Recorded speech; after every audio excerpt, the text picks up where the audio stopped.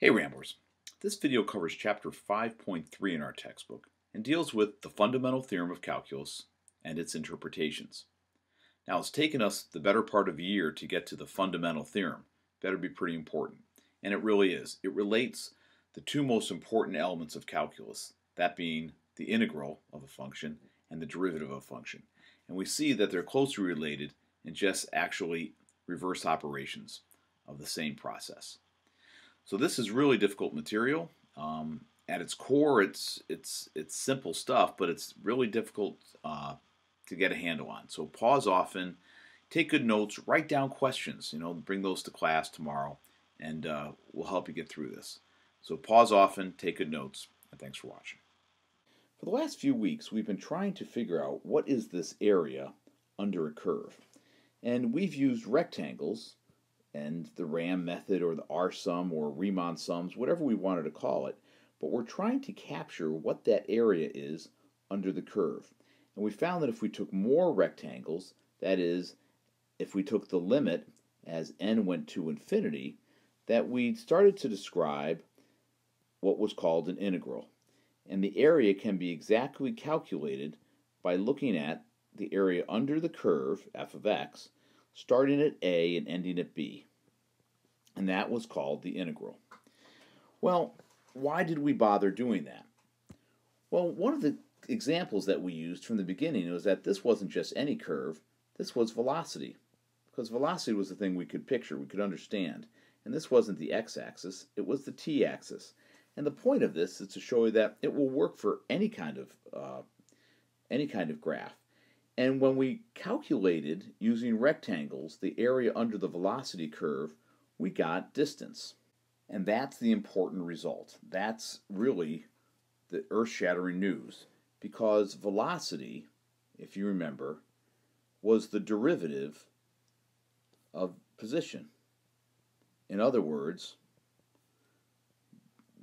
d dt of s of t, or the derivative of position, equaled velocity. So this semester, or this quarter right now, what the fundamental theorem says is that the area under the velocity curve actually tells you about the position function. So the area under a derivative tells you about the function that it's the derivative of. So the fundamental theorem of calculus really boils down to this. We've got some notation to take care of first. Let's say we had a function and we took the derivative of it. And the function wasn't a little f like you've been dealing with all through algebra. Let's say it was big F of t. Well, the derivative of big F you could write as f prime, just as we have all year. But instead, to make things more complicated, they start calling the derivative of big F little f of t. So, if you look at this integral here, it says that the integral of little f from a to b, in other words, the area under little f of t, is equal to the total change in the function that little f is the derivative of. So it's the total change in big F from a to b. Okay, that might seem a little bit hard, but let's take an example. Let's go back to that example I used the first day. Suppose I'm driving along the highway at 60 miles an hour, and I'm driving after time t equals 2 hours until time t equals 3 hours. How far have I driven? Well, now everybody knows that if I go 60 miles an hour for 3 hours, I'll have traveled 180 miles per hour. And certainly that's this area under the curve. Well, let's look at it not from a kind of a common sense perspective, but from calculus. I could rewrite that as the integral under the constant function 60, starting at 2 until 5, and put the little dt on there, which represents delta t. But don't get caught up in that right now. Well, according to the fundamental theorem, what is 60 the derivative of? If 60 is the little f, what's the big F? Well, of course, we remember that that would be 60t.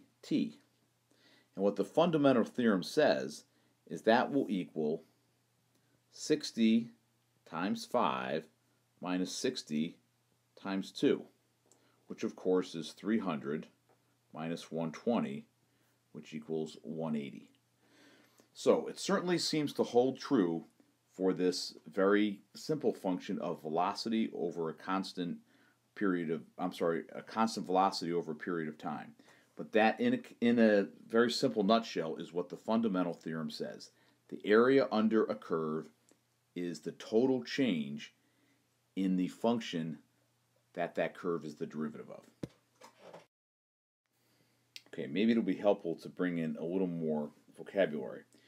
We call big F of t the antiderivative. And don't forget that the derivative of big F, or the derivative of the antiderivative, is going to equal little f of t. So to kind of look at the fundamental theorem again in terms of words, the change in the antiderivative is equal to the area under the curve of its derivative. I like this summary at the bottom. In words, the definite integral of a rate of change gives the total change.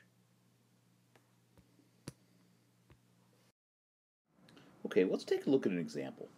They tell us that a f of t, big F of t, represents a bacteria population which starts out of 5 million at time t equals 0. After t hours, the population is growing at an instantaneous rate of 2 to the t. So there's our derivative. We know that's the rate of growth, the rate of change. Estimate the total increase in the bacteria population during the first hour.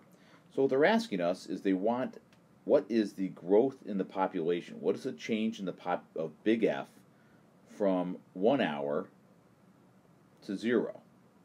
Well, we know that that is just equal to the integral from 0 to 1 of whatever little f is, whatever the rate is that they've given us, and that is actually 2 to the t, dt.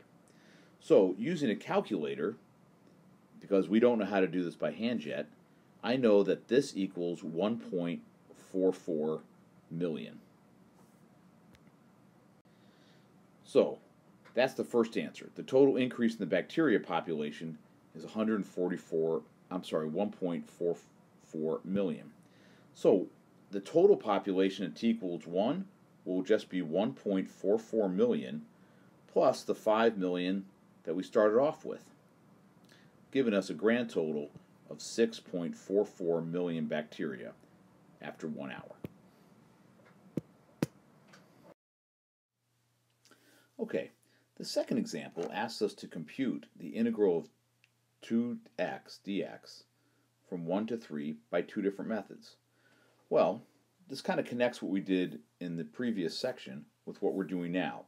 So let's just use Riemann sums, or our rectangular sums, with a really huge number like n equals 100 or n equals 500. Okay, when we do that, and we use the left or right hand sums, we can approximate the integrals closely as we want.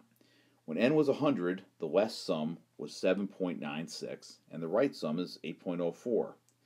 To get even more accurate, we can increase to 500, and we can see that the sum is somewhere between 7.992 and 8.008. There's another way to do it just geometrically. I know that this area would be a trapezoid, that the height of the curve at x equals 3 is going to be 6, and the height of the trapezoid, or the curve I should say, at x equals 1 is just going to be 2.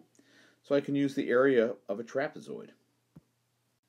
Now you may not remember your geometry, but that was 1/2 the sum of the bases times the distance between the bases.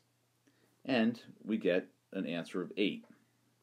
That's a little more exact, well that is exact, but you can see that even with 500 rectangles, we were still off by 8 thousandths. Now there's one more way we could do this problem, and that's using calculus. The fundamental theorem of calculus would, instead of using a trapezoid or using sums, we could calculate it by hand exactly. So since we know that the derivative, or what was in the integral, is 2x, that we know is the derivative of x squared. So x squared is the antiderivative. And according to the fundamental theorem of calculus, the integral will equal the change in the antiderivative over the interval from 1 to 3. Since the antiderivative is x squared, we'll take 3 squared minus 1 squared, and once again, we get the value of 8. Now in these examples, we've had to stay with some pretty basic antiderivatives because we don't really know how to do that yet. And that's really going to be the subject of the next chapter, chapter 6. But tonight I want you just to understand that integrals are the adding up all the change under the derivative curve. And that total change is the change in the antiderivative. Okay, Ramblers, thanks for watching. I hope this helped.